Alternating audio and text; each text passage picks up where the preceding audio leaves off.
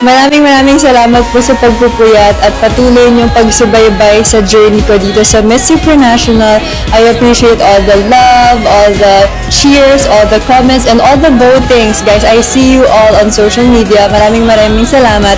I appreciate you all, and please don't forget to support me on July 31. Wag po tayong bibitaw kasi malapit na ang finals ng Supranational. So guys, keep on cheering on me this coming finals night of Miss Supranational July 31. So maraming salamat at mabuhay ang Pilipinas!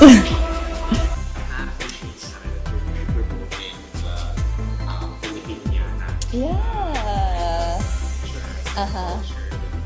Was it part of your Strategy. Yeah. Since I am a true Filipino by heart, I really want to showcase the fashion, the culture of Philippines here in Poland. And I really love the reception of everyone here. They really love our Filipiniana dresses. So far, lahat ng mga sinusuot ko dito, they appreciate it all. So, yeah, this is part of the strategy of the team. And of course, diba, we should be proud of our culture.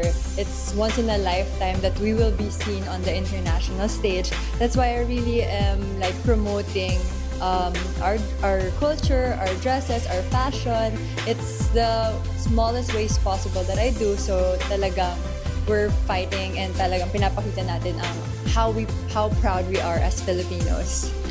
Atin niyo pong napanood si Katrina Ligado dito sa kanyang naging mensahe para sa mga Pilipino na sumusuporta sa kanya dito sa kanyang laban sa Miss Supranational 2026. So pag-uusapan natin si Katrina dahil may mga nagsasabi na malakas daw ang laban ni Katrina dito sa Miss Supranational 2026. Sabi dito sa isang post, malakas ang laban natin. Quick catch up with Miss Supranational Philippines Katrina Ligado during her participation in today's promotional shoot for the pageant finals. So ang sabi mga kapolitika ng ating mga netizen ay paborito daw siya ng organization.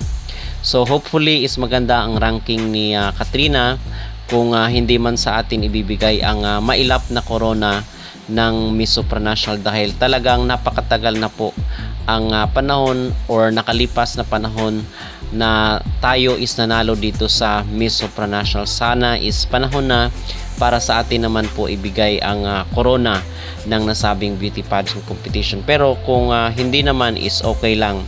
At meron po pala tayong mga nasagap na mga balita mga kapolitika at usap-usapan dito sa social media na ang Miss Supra organization daw mismo ang pumili ng mga candidate dito sa MUPH kung sino yung ipapadala natin. So hindi natin alam kung ito ay totoo or hindi dahil pag gusto di umano nila ay yun ang pinapanalo ng MUPH dito sa sa kailang beauty pageant competition. So even itong si Alison Hetland is ang Supra organization daw mismo ang pumili sa kanya na dapat siya ang ipapadala ng Pilipinas dito sa international stage. Okay, so yun po ang ating pinaka-latest na update ngayon dito sa Miss Supra. At sa po pala sa August 1 na yung kanilang finals at malalaman na natin kung ano ang kapalaran na naghihintay dito kay Katrina Ligado. Basta sa atin mga kapolitika, manalo or matalo man si Katrina ay all out pa rin po ang ating support sa kanyang laban dito sa Miss Supranational 2026. Okay, so magandang balita ito na siya ay di umano paborito ng organization. Ano po ang inyong masasabi? Malakas kaya ang maglaban ni Katrina dito sa kanilang beauty pageant? Mag-comment down below at